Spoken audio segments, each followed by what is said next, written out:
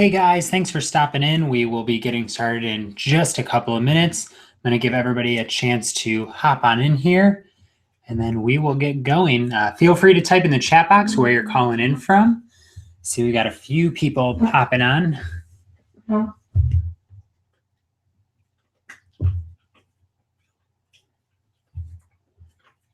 again, if you're just joining us, we're going to get started in just a couple of minutes. I'm going to give everybody a chance to pop on real quick before we jump right in.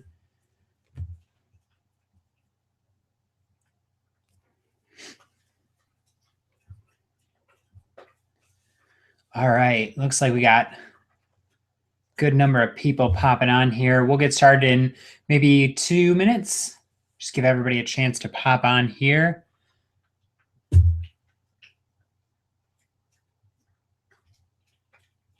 All right, got names rolling in. Got Debbie calling from Texas. Thanks for hopping on, Debbie. Karen from Ontario. Thanks for calling in, Karen. We have Whitley from Georgia, near Atlanta. Hope it's warm down there. I'm not too good with the weather, but I've heard that down south has been a little bit warmer than up here in Ohio. Donald from California. Thanks for calling, Donald. I know it's definitely warmer than California than it is in Ohio right now. Again, I'm just going to give everybody a couple of minutes to hop on the call, and then we will get started.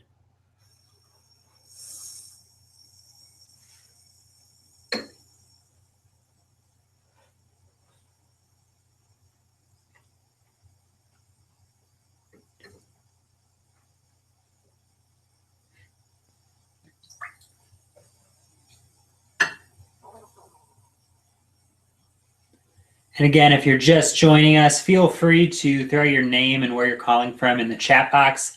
I'd love to hear from you, see who all we've got popping on here.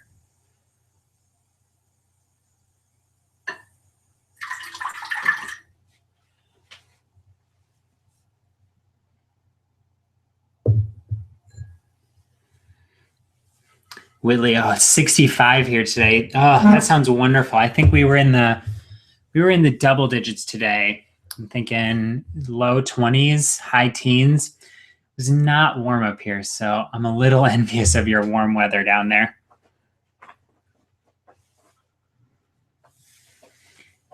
Okay, looks like we got a bunch of people that hopped on, so let's go ahead and get started.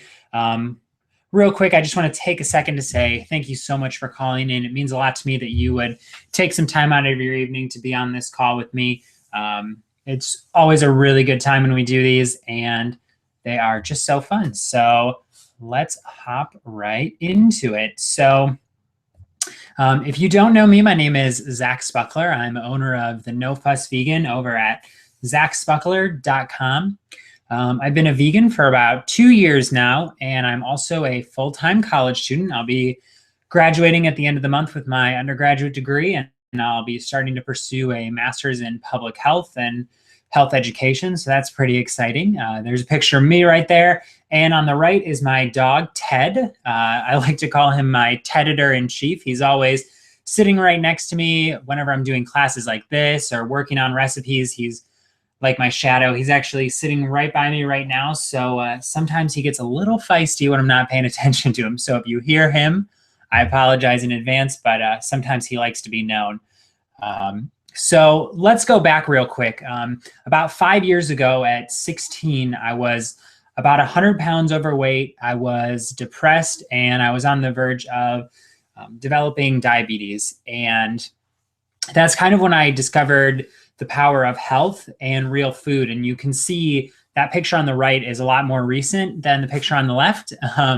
I ditched most of that weight, and I've been able to get in the best shape of my life following a couple of different programs, mostly eating whole foods, focusing on clean eating, exercising. I did Weight Watchers. I did everything right. But about 2 years ago, I realized I was so tired of all the systems out there where you need to count everything: calories, fat, points. no matter what you do, all these programs out there are telling you, you have to track everything that goes into your mouth, or you are going to gain weight. That's just how it works. And I knew that there had to be a better way. So I started doing some research and I discovered the plant-based and vegan lifestyle. And I learned that I could eat the foods that I wanted, live the life that I wanted, and kind of just enjoy without having to be so concerned about what I was eating. Was it 50 calories? Was it 100 calories? Was it low fat? Was it high fat? You know, it didn't really matter when I was following this whole food, plant-based vegan diet.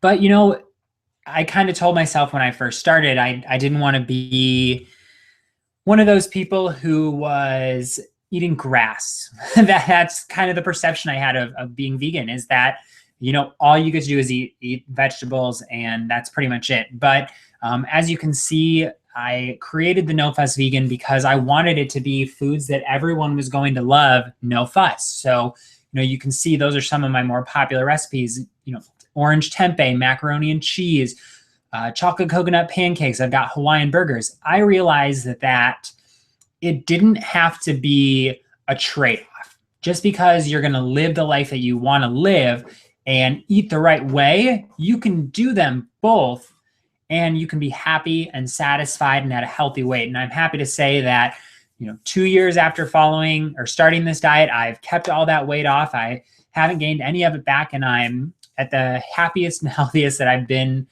in my entire life. So with that, oh, there's Ted. I promised he would make some noise.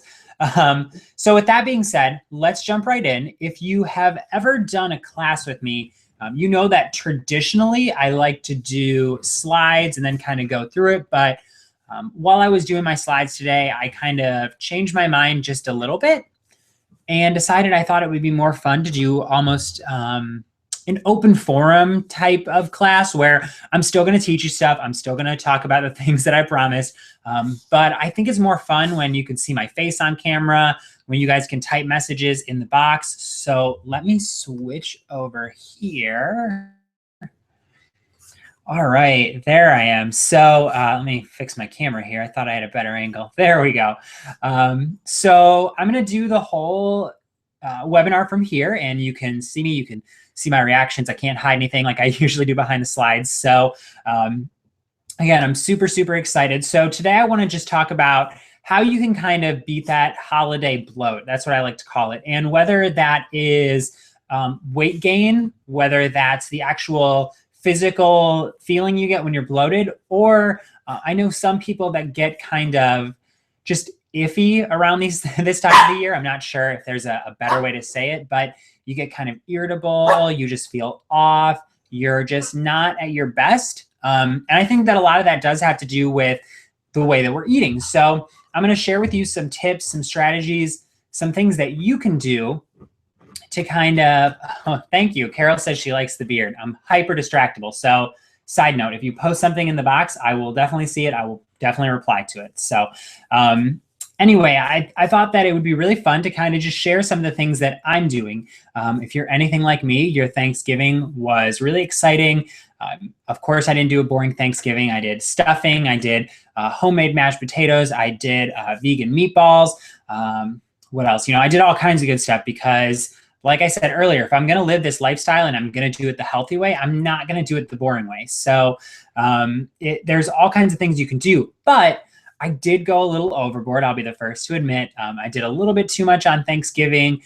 It's really easy when I go home. My family loves to spoil me. So we go out, we go get sushi. I get some vegan sushi. I do a lot of salt. I do a little more sugar than I should. And after about 4 to 5 days at home, I'm really starting to feel it, especially in my gut. You know, you get kind of that, what I describe as like a full feeling, and you kind of have it no matter what you eat.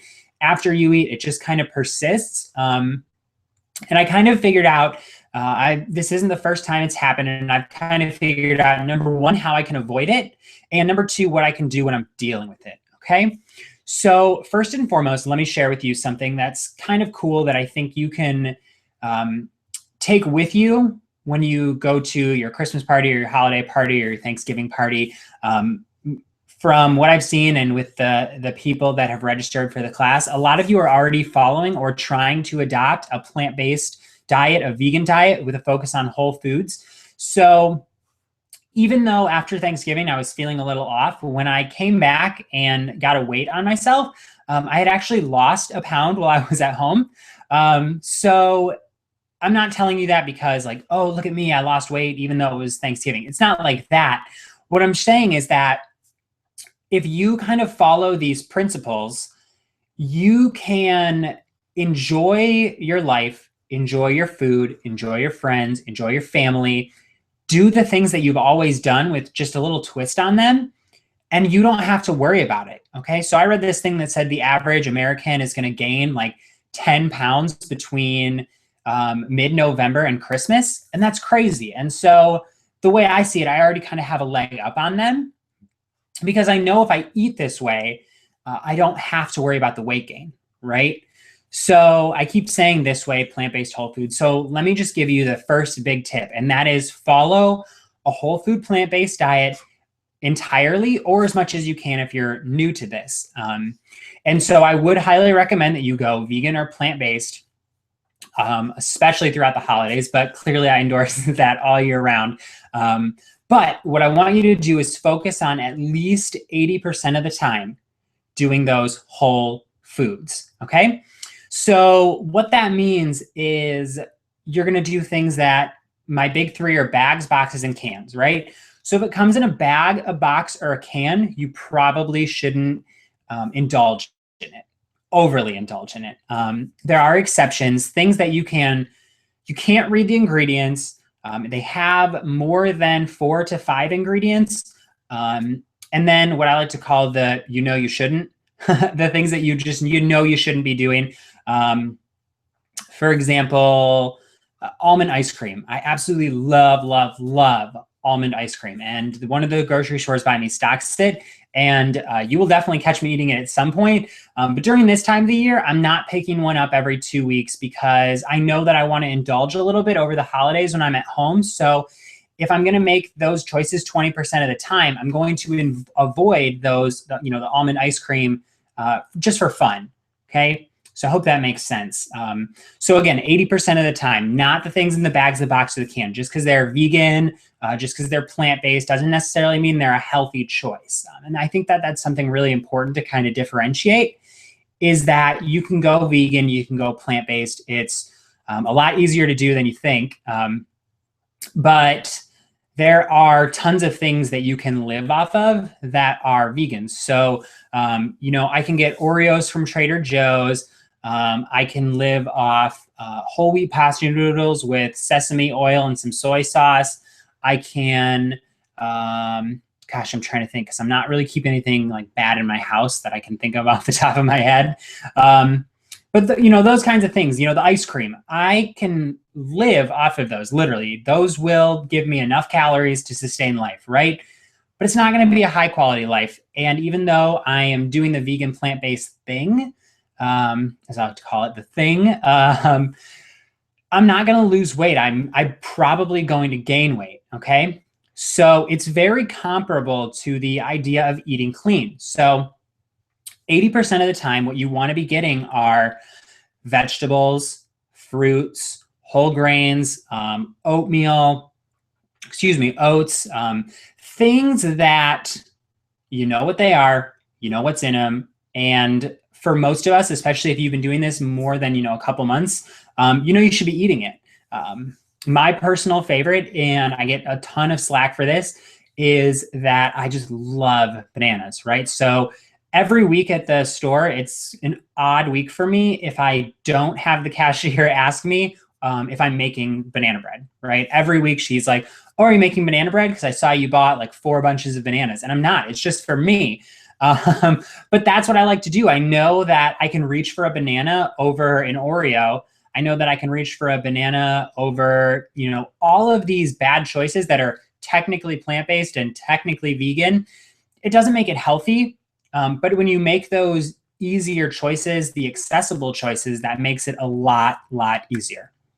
Okay, so quick recap, because I talked a lot, and that's just kind of an overarching idea of what I I want to get at here, which is you want to focus on whole foods 80% of the time, plant-based all the time. And then I made a little note to myself that it's okay to indulge, okay? So I'm not going to sit here and say that I maintained a healthy weight over Thanksgiving by only eating salad, and I had green smoothies every morning and green juice.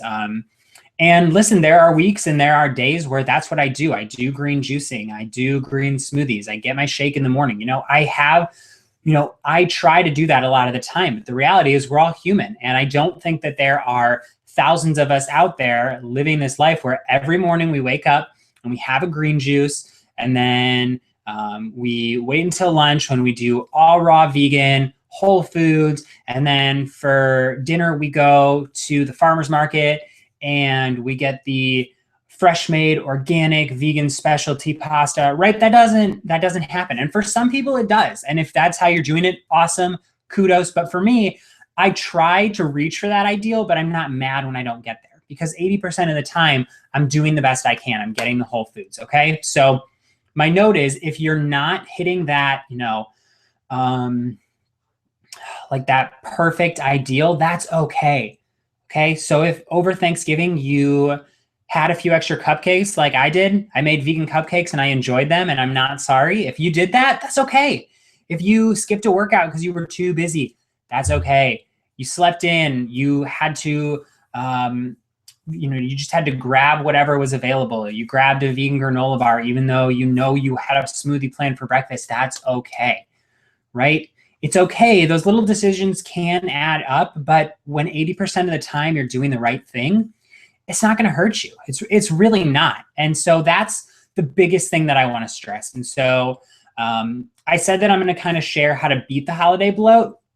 And so that's kind of my intro is go whole foods, plant-based, avoid the processed stuff most of the time if you can. And don't be afraid when you make mistakes, right? Okay, let me grab a little sip of water here. So what I want to talk about now is, what do we do when you're in a situation where right after Thanksgiving, you've scrunched that 20% of the time you're going to, indulge a little bit into 2 or 3 days, right? Because we've all been there. So you eat like a saint Monday through Wednesday, and then Thursday and Friday, you just don't make good choices. And that's okay, because we know it's the holidays and we're spending a little time with family and we just want to enjoy some stuff. Totally fine. But again, you get that heavy feeling afterwards. So I'm going to share with you 3 things that I absolutely love to do to get me right back on track. Okay. So the very first one is to do a mini sugar detox. Okay. So I have personally found that a lot of the time when I start making bad choices, it starts out with a little bit of extra sugar. And then I start to crave more sugar and more sugar and more sugar. And before I know it, I look back over the last 6 days and I'm thinking, oh my gosh, I can't believe I've been adding all this sugar, or I've been having like highly processed stuff like every day. It kind of creeps up on you. And a lot of that processed food does have sugar in it. So I like to do a mini sugar detox. Okay. And so I know that I said on the little like flyers that I put on Facebook for it, that I'm not having you do a cleanse. I'm not having you do a diet. And a sugar detox is not a cleanse or a diet. Okay. So a sugar detox is just kind of, in my eyes, is like just 3 days where you're cutting out the sugar that shouldn't be there. Okay. So to me, that's things like the Oreos, the soda. Okay. Most of us aren't indulging in those things, but it's really easy when over Thanksgiving you have 2 cupcakes and your brain is, believe it or not, hardwired to say, oh my gosh, there's cupcakes. We should have more cupcakes, right? Because for those of you that don't know, the way it works is you eat that sugar and our bodies are kind of designed to hold on to the food that we give it, right? It's designed to tell us that when we get sugar, it's very easy for our body to use it for energy. And so it gets sugar and it immediately tells your body, okay, there's sugar available. We need more of it because I can use this. I don't have to do extra work. I don't know the next time this food source is going to be available because thousands of years ago, it wasn't readily available to just grab sugar. And so you eat it and you want more. And so that's how we kind of get there. How did you go from I was juicing every morning and now a month later I've had Oreos for the last 3 days, right? And I'm totally guilty of that. I've done something very similar to that before. I think we all have, whether it's, within the last year or, the last month. I am confident in saying and not afraid for you to know that I've made those slip ups before. And I think you have too. So for 3 days, you're going to cut out all that sugar. That does not include sugar that you find in fruits, which is digested differently by the body. Disclaimer, I'm not a doctor. I just like to read about this stuff. But, sugar in fruits is not digested the same way by your body. There's sugar in your vegetables. There's sugar in the nuts and seeds that you enjoy. So cut out the processed stuff. Cut out the sugar. Okay. So if you're eating something that's not in a bag, a box, or a can, you're probably safe. If it's a whole food, you are eating it from a bag, a box, or a can, flip it over and check the ingredients. Check for high fructose corn syrup, which I try to avoid. Check for just straight sugar. Check for maltodextrin, delotextrin. It's got all these names. But basically, if you don't know what it is, there's a chance it might be sugar. If you do know what it is and you know it's sugar, don't eat it. Simple as that, right? So do that for about 3 days. And you'll kind of know if you've overdone the sugar, because on day 2, when I do this, I get a little cranky, I get a little irritable, or I get a headache. Normally, I don't get those anymore because when I do indulge, I'm not off the deep end, so I don't really detox, so to speak, from sugar. But give that a try and see if that kind of changes things for you. For me, I found that is incredibly helpful in kind of just bringing everything back together. Okay, here's my second idea. And I'm going to be totally candid with you about it. What I like to do is go raw vegan for a couple of days. Okay. So ideally, funny story, this is what happens every time. I say, oh, I just want to get everything, kind of flowing again with my gut. I'm just feeling kind of knotted up. You guys know that feeling. So I tell myself, I'm going to go raw for 5 days. It's going to be great. If you've ever done raw before, you feel really great, but I am super moody after a couple days because I am super simple. I don't like to get fancy. Monday, I'll eat a bunch of bananas and some veggies. And then Tuesday, I'll have 10 apples. And so I want you to try to just go raw until you're feeling better and you're ready to come back, or you hit the wall. Okay. Some people can do raw for years and years and years, and that's just not a place that I'm at. But raw is really, really great for your digestive system, especially when you do mono meals. Okay. So let me rewind a little bit because I jumped right into that. Because I know a lot of the names are on the call. So I know that some of you know what I'm talking about and you don't think I'm crazy.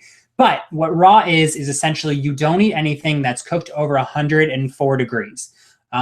In our world, vegan plant-based, raw is essentially vegan plants. You focus on whole foods, vegetables, 80% of the time. Sometimes you have seeds, nuts, but 80% of your diet is made up of carbs from fruits. You have some vegetables, but it's mostly uncooked fruits and vegetables, okay? So a mono meal is when you have an entire meal that is all the same food. So when I'm doing raw, I'll usually do 2 or 3 meals throughout the whole span that are all bananas. So I'll just have 7 or 8 bananas and call it a meal. There's 2 things that's really, really great about raw. Number 1, you do get a lot of sugar. So there are some people who are personally against it. Again, like I said, I'm not a doctor, but sugar that you get from fruit does digest a little bit differently in your body. Sugar that is white sugar or high fructose corn syrup causes releases of insulin in the body in such a mass amount that the body is producing more insulin than it needs because it's ready for you to be taking in more sugar. And it's kind of where the idea of fast digesting carbs come from. Fruit is a slow digesting carb because it doesn't increase these high level of insulin because the fiber in the fruit actually there's a word for it that I can't think of, but essentially dilutes the sugar in your bloodstream so that your body isn't saying, okay, here is, for example, a banana has, for example, 10 grams of sugar, right? Or an Oreo has 10 grams of sugar. When you eat the Oreo, your body says, boom, there's 10 grams of sugar. I need to get rid of it. when you eat a banana, the fiber in the banana kind of breaks it up. So your body is saying, okay, I'm seeing sugar coming. I'm going to start to bring some of that in. But there's also fiber. So it's not like, boom, here's 10. Think of it as absorbing that 10 instead of over 5 minutes, you're absorbing it over an hour. Okay. So it varies depending on the fruit, the vegetable, etc. But that's essentially why fruit sugar is a little bit different. But you still get the sugar. So you don't get, I don't want to call it a sugar high, but you find that you get a lot of energy because you are consuming a lot of carbs, and that's what your body runs on. And for anybody that's been doing plant-based for a while, you know, like that, the best part is I love to tell people I live carbs on carbs on carbs. It's really great because you can just eat carbs and you don't have to be afraid of them. You know, too many people are afraid of carbs. So go raw for a few days, do some monomeals. When you do a monomeal, your body only has to create the enzymes and the digestive environment for one food. Okay, so think about it as giving your body a type of break from the work that you normally have it do. Okay, so if for lunch I was to have a kale salad and I threw on some almonds and I had a side dish of a potato and then I finished it with a glass of orange juice. Okay, the orange juice digests at a different rate and has a different sugar content than the kale, which both digest and have different levels of fiber than the nuts. So the body, it doesn't necessarily split them up, but it has to create an environment that allows everything to be digested. Okay, so I'm not like overly into the science and I don't want to get too scientific, but essentially, instead of making your body do 10 processes to break this down, you're asking it to do 1. And that's not exactly how it works, but that's kind of a simplified way to look at it. Instead of asking it, digest these 4 things, you're saying digest this 1 thing. It can turn on less systems and processes. And I have personally found that that kind of gives me a break, gives my gut a break. And after a few days, you just kind of feel more regulated, even if you go, right back to the whole food plant-based. Okay, so that was number 2, try out a raw. Carol said, why more fruits than veggies on a raw food diet? So you do not necessarily have to go more fruits than veggies. However, most people do. And the reason is that when you cut out a lot of cooked food, you regulate yourself to a certain type of foods, which is, totally okay. You can do all kinds of great stuff with it. But most of those foods are either high fat or low calorie. And what I mean by that is veggies tend to be very low calorie, right? So if you're on a raw diet and you're relatively active and you need, 22 to 2,500 calories a day, a lot of people who follow a raw diet or who follow a whole food plant-based diet are very aware of what they're putting in their body, and they tend to, from my observation, be a more active group of individuals. So they also need more food. So you can imagine how hard it would be if I said you have to consume 2,500 calories today, and I want that to be mostly vegetables. Okay, so a head of broccoli or 4 cups of broccoli when you cut it up could be 100 calories, right? So even if half of your day was going to be broccoli, you would need to have a full serving bowl size of broccoli to get half of your calories for the day. Okay. So that's why a lot of people rely on fruit. Now, additionally, fruit does give us carbs, easy to burn energy. So there are different schools of thought amongst the community. So there's some people who are like, do all fruit, you'll get everything you need. There are some people who say mix in fruits and vegetables, but it is mostly fruit for the carbs. You do get, if you mix up the colors, you do get a lot of phytonutrients, and you do get a lot of calories, which you don't want to be deficient on. Sherry, I've heard eating lots of fruits can raise your triglycerides. Do you believe that? So here's the thing. Like I said, I'm not a doctor. I haven't really read anything on fruits and triglycerides. What I can tell you is that I have talked to some people that are doing a high raw diet or an all raw diet, or especially a plant-based diet. I go through, 2 to 3 bunches of bananas a day, and I haven't personally seen any issues with it. If I see anything crop up, I'll share that with you guys. But, I haven't heard anything about that, but that's not to say don't, go talk to your doctor, don't do your own research. These are just some ideas that I'm sharing. And these work for me, but again, do not be afraid to research, so I've had people tell me like, I'm absolutely loving the plant-based diet, but I could never do raw, right? Raw is just not for me. I've tried it. I don't enjoy it. I've tried phasing into it. I don't feel good on raw. And that's okay. So play around with it. Don't be afraid to talk to your doctor, say, hey, I'm going to try this for a week. What are your thoughts? See what they say. Be open-minded yourself. Ask them to be open-minded. Do research. Hope that's not all over the place. So to basically answer the question, I haven't heard anything about fruits and triglycerides, but again, I can't speak to whether or not that is or isn't the case. I do know a lot of people that are living a raw diet, 80-10-10, they call it, 80% carbs and fruit, 10% protein, 10% fats and oils, and they don't, they've never reported any problems. Okay. So number 3 is a lot simpler than the other two, kind of, and it's very, very basic. So it's a 7-day plan. And the other two, I kind of ask you to remove things from your diet, remove sugar, remove cooked foods. This time I'm going to ask you to add something. So if you're the kind of person where deprivation does not work for you, which is how I operate a lot of the time, if I think I can't have something, I want it that much more, especially when it comes to food. Right? I know, funny because I'm vegan, but if I feel like I can't have something or I can't find a way to kind of create a substitute for it, I get very deprived very quickly. So if that sounds like you, or you're like, up to this point, you're like, I'm not going to do a 3-day sugar detox because I've done a sugar detox. It doesn't work for me. I don't like it. I'm not going raw because I've tried that and I don't like it. Then what I want you to do is add in 2 things every day for 7 days. Okay. 30 minutes of exercise and ½ gallon to 1 gallon of water. So that's 64 to 128 ounces. So I'm going to take a sip here.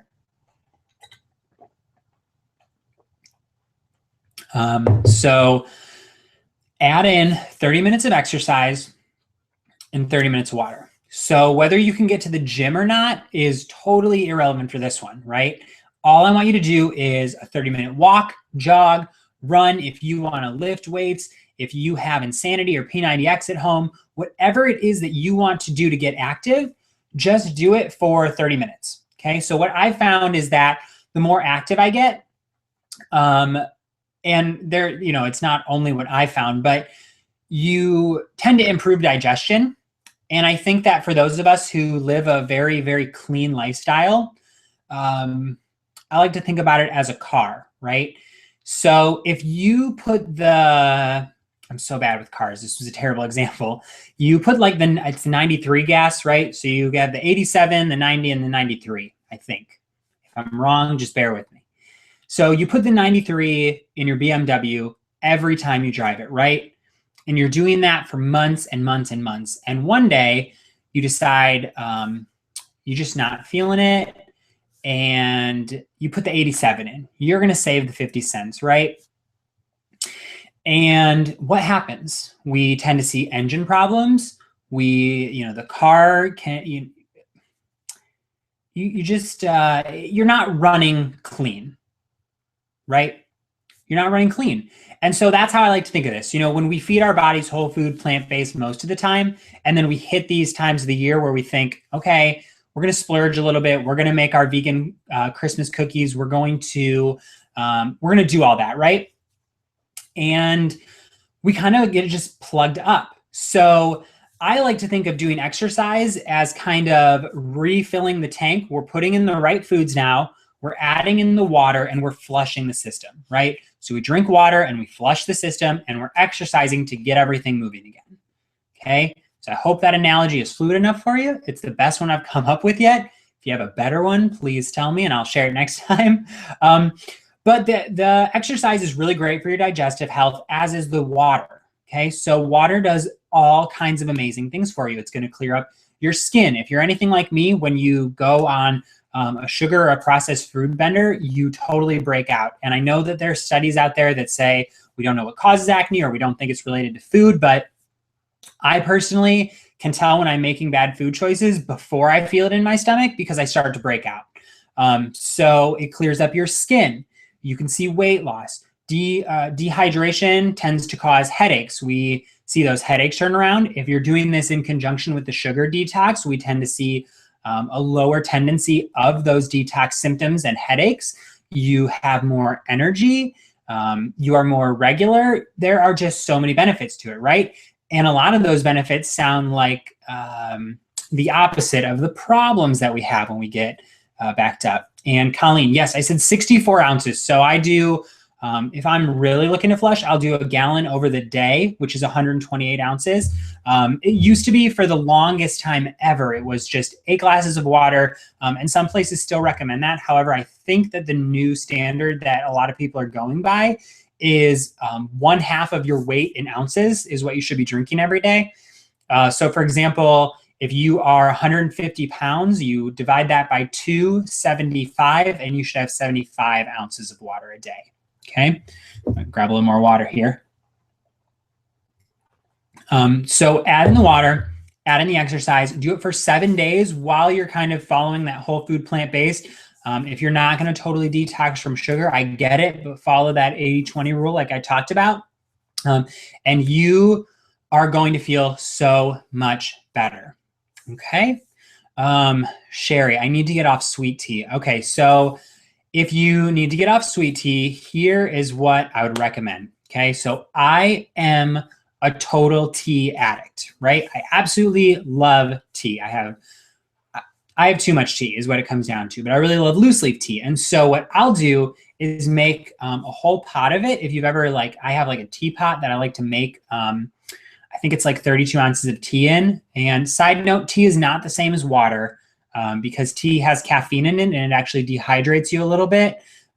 So if you're drinking tea, make sure you're drinking water with it too. You should match tea to water in most cases. Okay, back to what I was saying. So I like to make a whole pot of it. And then I like to throw in, I wonder if I have it over here. Do you guys like my little display? So I use, it's called coconut sugar. So organic coconut sugar.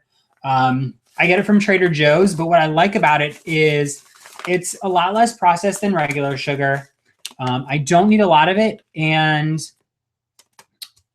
I'm not going to be able to find it now, but it has some extra trace minerals in it, and it is refined in a different way than white sugar. So to your body, it's not huge in terms of the difference. But it is better. So if you're segueing away or you're looking to kind of add something to teas that is not white sugar, I highly recommend coconut sugar. And from my understanding, it does process a little bit differently than white sugar. So it's something to consider as an alternative. And Colleen said, do herbal teas over ice with some fruit. That's a great idea. I've also done iced herbal teas.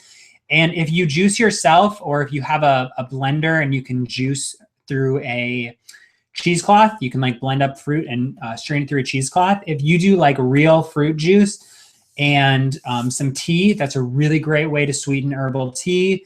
Find alternatives. That's the best thing I've ever figured out. So when I get really addicted to a drink, that tends to happen to us. We kind of fall into a rut. If you're really, really going strong on sweet tea, try something similar to sweet tea and see if you can't figure it out. And for me, a lot of times what works is lemon or cucumber water. I find that, lemon and cucumber, you can add to water, it still counts as water. And it's really great. I absolutely love adding just a little bit of lemon, and that kind of, for whatever reason, helps me pull away when I'm kind of craving sugary drinks, which I don't do too often, but if you've ever had a craving for a sugary drink, it's just somehow totally different. Carol said, what about stevia? So from what I've heard right now, stevia is a natural sweetener. Okay. So Splenda, which also goes by sucralose or, aspartame, those are artificial sweeteners, and they are 0-calorie artificial sweeteners. Stevia is a sweetener that actually comes from a plant and is 0 calories. I have not done research too extensively on exactly the chemical process behind stevia versus sugar. However, I have talked to a couple health coaches that I know. I have a couple health coach friends who say that stevia is processed different than aspartame. They recommend it to their clients. I don't have any problem with stevia. If stevia is in something, I don't avoid it. I'm not afraid of stevia. My understanding is it's a plant-derived natural sweetener, and I am totally okay with that. So I hope that answers your question. And I missed a question back here from somebody.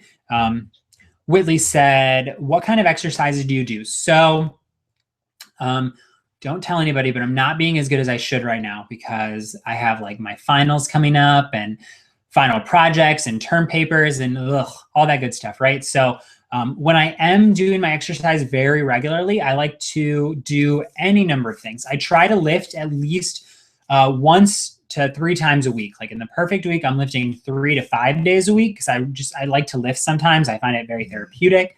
I just like to lift, but I also like to do cardio. So I find that there's a good way to mix them both. When I first started exercising, I actually did, it's called Turbo Fire. It's a cardio kickboxing home-based DVD.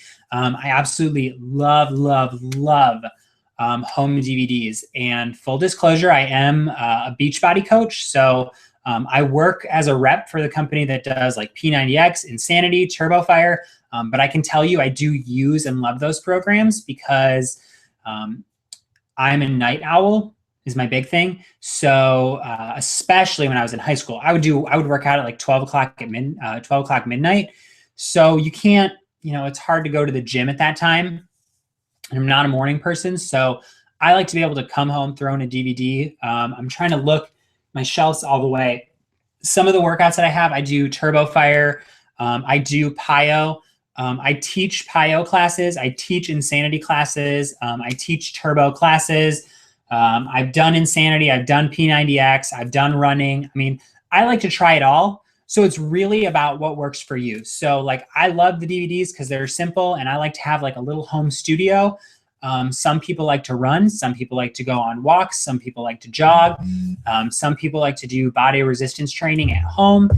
It's totally up to you. So my biggest thing is if you're trying to figure out what kind of exercise you should be doing, you need to find what I like to call your soulmate workout, right? So this is the workout that you always come back to, right? And you have probably done it before. It's one of those things where you're like I am so stressed today. I just want to blank. Some people are like, I'm so stressed today. I just want to go for a run. I'm so stressed today. I just want to hit the gym and lift weights. I'm so stressed today. I just want to get home and do Turbo Fire. That's how I was. So I hope that answers your question. Just find what's working best for you or what's most appealing to you and try new things. Yeah, give that a shot. Colleen, any exercise you do is the right one. Exactly. If you're moving, and that's why I said at the beginning, it's just 30 minutes of moving, whether that's a walk, a jog, whether that is CrossFit or you doing plyometric jumps up and down a football field, like it doesn't matter. As long as you're moving, you're going to get those benefits. Okay, Karen, do you have any experience with monk fruit sweetener? I don't. It sounds like date sugar, if I'm understanding correctly. Date sugar is just an alternative to white sugar for people who are just not down with the way they process white sugar. Date sugar, coconut sugar, monk fruit sweetener, I'm from my understanding are all kind of on the same page, but I don't have any experience using it. Do you like powdered stevia or the drops? Does it matter? It's personal preference. I don't really have any at home. I've used the drops before. I think the drops are good because they dissolve. Depending on what you're putting it in, like the drops will always dissolve. Sometimes you end up with like little bits of stevia. And if you've ever had the drops or like tasted the packet, it's like really disgusting when you get clumps. So my preference would probably be to the drops over the powder. Okay. Yeah, so those are the big ones. This was fun. I really like doing it this way. So the number one way to beat the holiday bloat is to try a sugar detox. The number 2 way that I recommended was the oh, I'm going to space the raw food. So go raw. Number 3 is to add in exercise and water. Okay, so those are the 3 big ones. They're very simple. And overarchingly, just follow a whole food plant-based diet. I promise you, in like the next 7 days, if you're feeling it right now, like I said, had a rough Thanksgiving weekend, and I'm almost fully rebounded. I'm feeling back in health. I'm feeling really good. I worked out. I'm feeling great. So add those things back in, see if that works for you. Okay. Let's see. I want to see if I missed any questions. If you guys have any questions for me, please throw them in the box over on I think it's on that side for you, on the side, and I will answer them for you. I can do Q&A. It can be about what we talked about.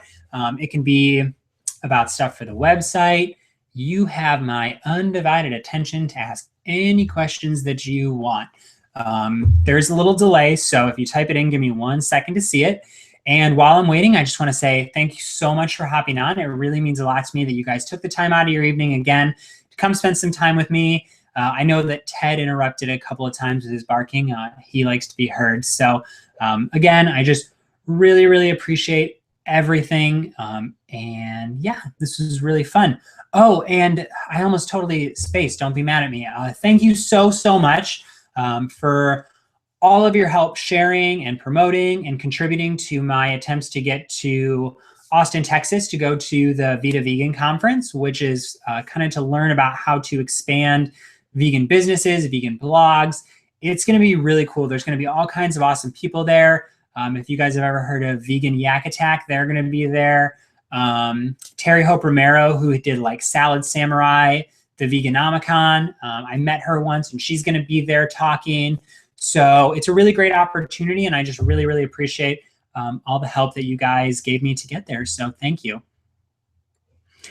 Karen said, do you eat before morning exercise? And if so, what? So there are varying opinions. I personally do not morning exercise. So let's start there. I do not like exercising in the morning. I do not like waking up in the morning. It is probably due to the fact that I'm a total night owl. Once I'm done with you guys, this will be like my peak productivity time from like 10 to 1 a.m. I'll be like, go, go, go.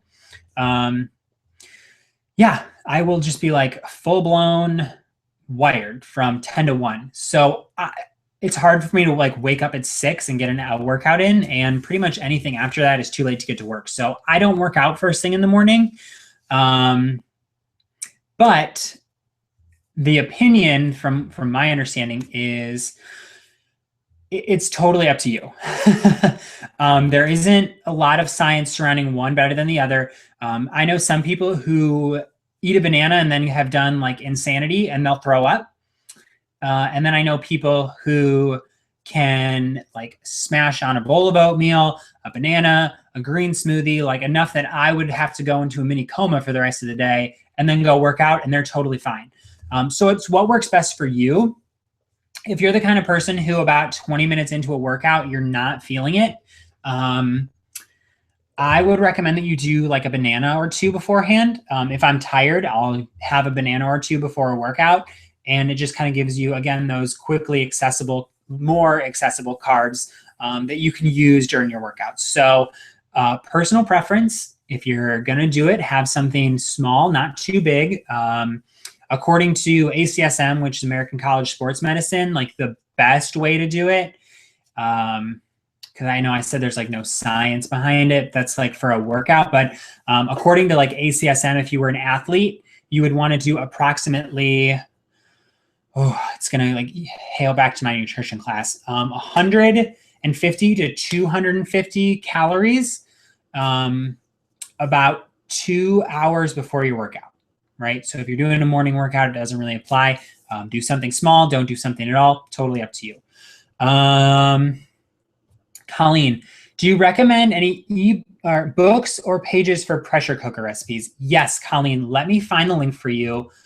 It's called The New Fast Food by Jill, I always say her last name wrong, Nusanow, which it's out of stock on Amazon right now, but I know that she has it available on her website. Hang on. New Fast Food. Isn't this fun when we do it live? You guys can like see me looking stuff up, all that good stuff. And I'll throw it in the chat box once it loads up here. While I'm doing that, let me see if there's any other questions here. Do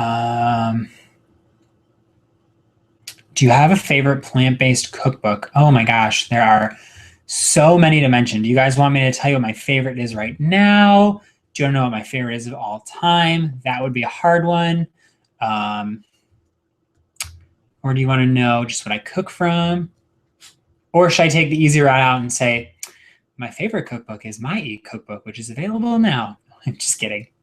Okay, so here is the link to Jill's. That's the pressure cooker. Colleen, you work for Amazon? Oh, very cool. Okay. So back to my favorite plant-based cookbook. If you're looking for healthy, I love the Oshi Glows cookbook. The pictures are gorgeous. I just really love that cookbook. I don't know what it is. It may be because it was like my first cookbook, or because Oshi Glows was like the first food blog that I started following. And as a food blog, I kind of maybe have a tendency to play favoritism there. But the pictures are just beautiful. The food is delicious.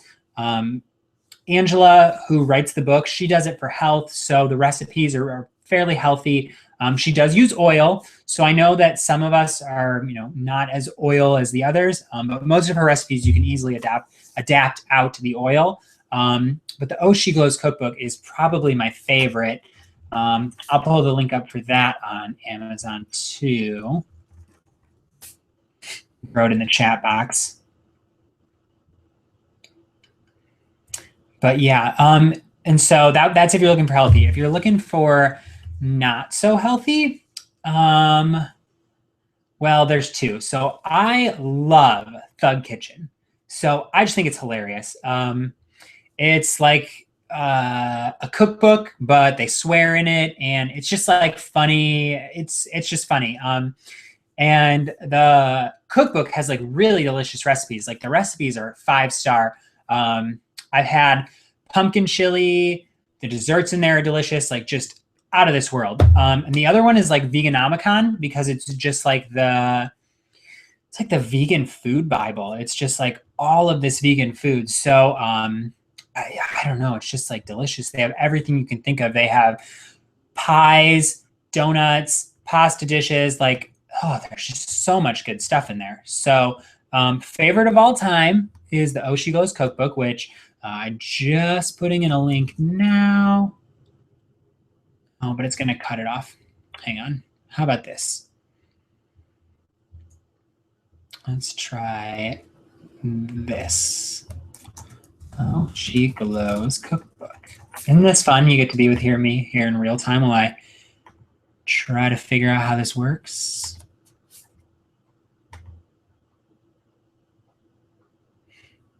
Okay, so if it worked right, it should have just like popped in with a little link to the Oshi Glows. Yeah, so the Oshi Glows cookbook, probably my top cookbook of all time. Gosh, you put me on the spot here because I forgot about Salad Samurai by Terry Hope Romero, which is really, really, really good. Colleen, the first one was Oshi Glows, which I just popped in the link. I also mentioned Veganomicon. I'm looking at him on the shelf. That's why I keep looking away. Veganomicon, Thug Kitchen, THUG, so Thug Kitchen. And now I'm talking about Salad Samurai, which is like 100 different salads. So, and they're like really good salads. Like there's a pepperoni pizza salad. There's a dessert salad. Like it's just really out of this world. Crazy cool how she wrote that book. So those are probably my favorites. We are creeping up on about an hour. So I don't think I lost anybody. Look at, you're all troopers. Like everybody's sticking around to hear all the questions. Ooh. So yeah, so those are my cookbooks. If you have any other questions, we're coming up on an hour, so I'll take a few more minutes, answer some questions that you might have about the blog, my preferences, what I like to cook. And I saw somebody said something about the broccoli cheese soup I made. Does the coconut flavor come through because of the coconut milk? It looked delicious. So I made broccoli cheese soup this week, which you can check out on my site. And I thought it was really good. I made it with coconut milk, light coconut milk. And the reason why is I did want a little bit of fat in there, but not too much. And coconut milk, the light coconut milk has, in my opinion, just the right amount of fat. So it thickens it up. But I didn't think it had a distinctly coconut flavor. If you've ever had like a coconut milk dish, you kind of get that, I hate to even call it an undertone. You can tell it's coconut milk, but I would not in any sense of the word say that it tastes like coconut. It tastes more cheesy, creamy, and the longer you cook it, the thicker it'll get. And if you really, really hate the coconut, you can add in a little more of the spices. So that's an exclusive tip you can only get here. You can add in some more spices, and that'll kind of dull the flavor a little bit. But I would not say that it's an overwhelming coconut flavor. Can another milk be used? Yeah, so there's a guy in our group whose name is Eric, and he did it today with cashew milk, which was so cool. I didn't even think to do that. What he did was replaced the almond milk with some veggie broth, and he did all cashews. And the fat from the cashews let it thicken up. Whitley, could you do it with almond milk instead? So you can do it with almond milk. If you do only almond milk and no coconut milk, I'm going to recommend that you add in something to thicken it, whether that be like a cooked potato that you let disintegrate down a bit, or extra cornstarch or arrowroot. If you use almond milk and you don't use any fat, you're not going to get that same kind of creamy thickness that you kind of expect with a cheesy broccoli soup. So that's a tip for any soup. If you're when you're going for that creaminess, it kind of comes from the fat, that we're used to from milk and cream, or that you're trying to like kind of replicate. It comes from the fat, so you kind of need to replace that in another way. Or you need to recreate it with something that allows you to thicken it. And like I said, an arrowroot, a cornstarch. You can use potatoes to thicken things too. So yeah, that's fun. I like answering these questions. Give it a quick check through. If you've got another question, feel free to throw it up. I'm not going anywhere yet.